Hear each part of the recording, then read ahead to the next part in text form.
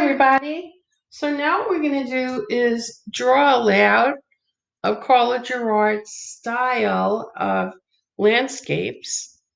And what I decided to do was to crop down one of her pictures to simplify this and make it so for the demonstration it's not going to take too long, and it'll still cover the points that I need to.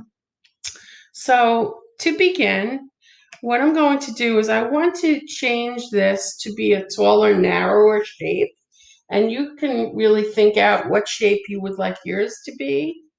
I'm just going to take a ruler. I'm going to use the ruler itself by just putting it along the edge and then pulling down to make it cropping off the sides of this. I'm actually just going to line it up on the side, hold it, and pull. And now I have this nice, long, narrow kind of a shape. I'm going to just begin by putting in my center house. And when I draw, what I want to do is hold my pencil tight and pull it with my arm versus using my wrist for the best control. Also, the line should not be perfectly straight. They should be a little bit cockeyed. In other words, they shouldn't actually go on a real vertical or a true horizontal. This artist is never went to school for art, for perspective and things like that, and kind of it has sort of a look that is whimsical and fun. And by taking the lines and not making them line up perfectly, it actually makes it more interesting and almost more cheerful and almost comical. So that's why I'm actually purposely making my lines not necessarily go the way they would if I was looking at a real house. So I drew my first house here. And then what I do is I want to vary the shapes, doing some taller, some shorter, have them face different ways. And that also makes for a more interesting design or layout. Now I'm going to do another one. Notice they're overlapping shapes. Also make it more interesting than if they were just if they had space in between them or side by side. On this particular house, I'm going to add a little garage, which is what she has, or a shed or something like that. So I get ideas from her. I'm sort of following it along, the basic ideas from her. But then I will deviate from it and make it more my own, which is what I would like for you to do, and just kind of have fun with it and make it your own. I'm going to add in here what looks sort of like part of a barn, like a storage area for the hay.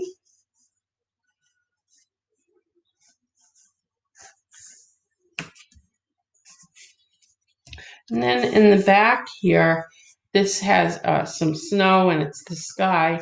And then I love the way it has this clothesline that just sort of drapes across. I'm going to make mine be a little bit more pronounced. And there are some birds on there. It's so much fun to look at the birds, especially now that they've just come back from the cold winter.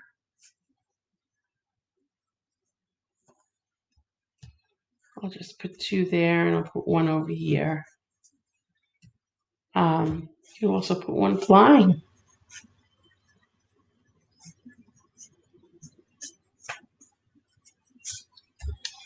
Okay. Now what is a good idea to do is to start to add in doors and windows and things like that. If you need to adjust something that you've done, you can.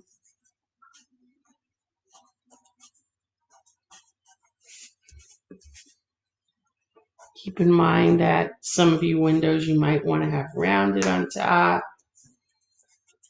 They don't have to be all the same.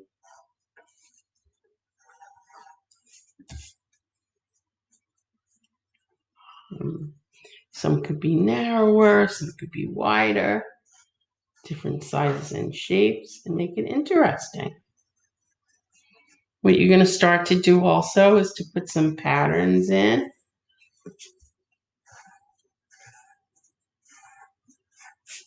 She did a lot of patterns. So what you want to do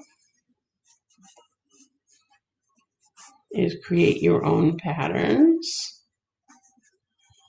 Makes it interesting to look at.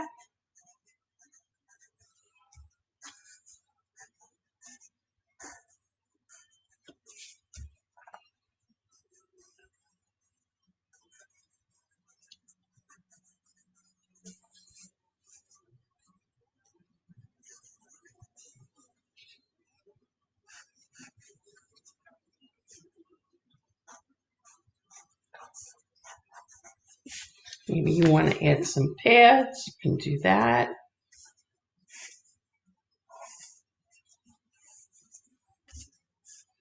It's really up to you what you would like to do. It's your picture. Also, she has trees in some of her work. She has some very beautiful ways that she handles the trees. Let's see if I could fit one in here. I could put it somewhere.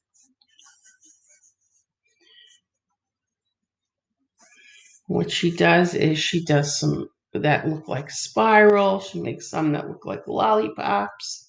All different ways that she does them. But that's another thing that you can do is add in some shrubs and some trees, some different things, however you like.